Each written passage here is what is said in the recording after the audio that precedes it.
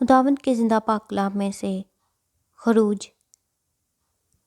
اس کا 39 باب کاہنوں کے لباسوں کا بنایا جانا۔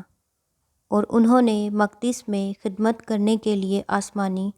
اور ارغوانی اور سرخ بیل بوٹے کڑھے ہوئے لباس اور ہارون کے واسطے مقدس لباس جیسا خداوند نے موسیٰ کو حکم دیا تھا بنائے۔ اور اس نے سونے اور آسمانی اور ارغوانی اور سرخ رنگ کے کپڑوں اور باریک بٹے ہوئے کتان کا افود بنایا۔ اور انہوں نے سونا پیٹ پیٹ کر پتلے پتلے پتھر اور پتھروں کو کاٹ کاٹ کر تار بنائے تاکہ آسمانی اور ارغوانی اور سرخ رنگ کے کپڑوں اور باریک بٹے ہوئے کتان پر ماہر استاد کی طرح ان سے زردوزی کریں۔ اور افود کو جوڑنے کے لیے انہوں نے 2 مونڈے بنائے اور ان کے دونوں سروں کو ملا کر باندھ دیا، اور اس کے کسنے کے لیے کاریگری سے بنا ہوا کمر بند جو اس کے اوپر تھا وہ بھی اسی ٹکڑے اور بناوٹ کا تھا، یعنی سونے اور آسمانی اور ارغوانی اور سرخ رنگ کے کپڑوں اور باریک بٹے ہوئے کتان کا بنا ہوا تھا، جیسا خداوند نے موسیٰ کو حکم کیا تھا۔ اور انہوں نے سلیمانی پتھر کاٹ کر صاف کیے جو سونے کے خانوں میں جڑے گئے،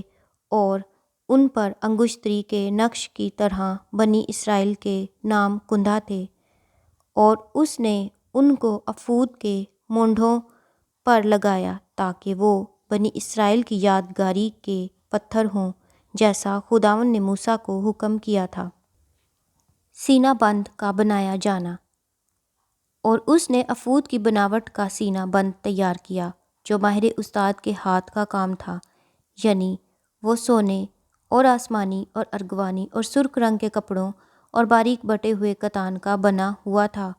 وہ چوکھونٹا تھا۔ انہوں نے اس سینہ بند کو دوہرا بنایا، اور دوہرے ہونے پر اس کی لمبائی 1 بالشت اور چوڑائی 1 بالشت تھی۔ اس پر 4 قطاروں میں انہوں نے جواہر جڑے، یاقوت سرخ اور پخراج اور زمرد کی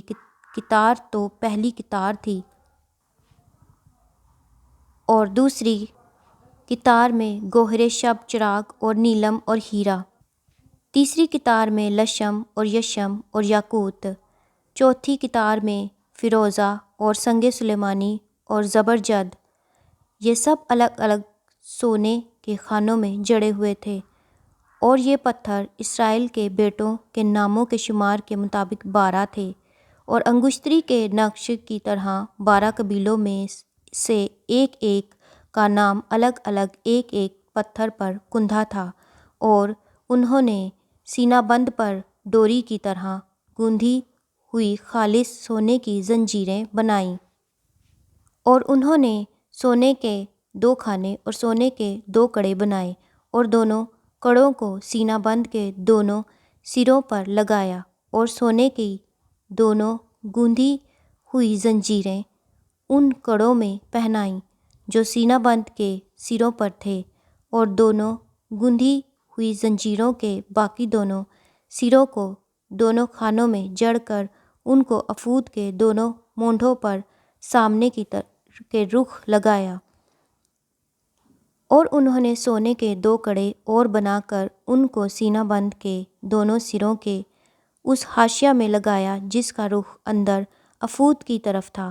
اور انہوں نے سونے کے 2 کڑے اور بنا کر ان کو افود کے دونوں مونڈھوں کے سامنے کے حصہ میں اندر کے رخ جہاں افود جڑا تھا لگایا،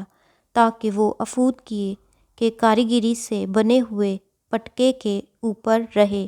اور انہوں نے سینہ بند کو لے کر اس کے کڑوں کو افود کے کڑوں کے ساتھ ایک نیلے فیتے سے اس طرح باندھا کہ وہ افود کے کاریگری سے بنے ہوئے پٹکے کے اوپر رہے،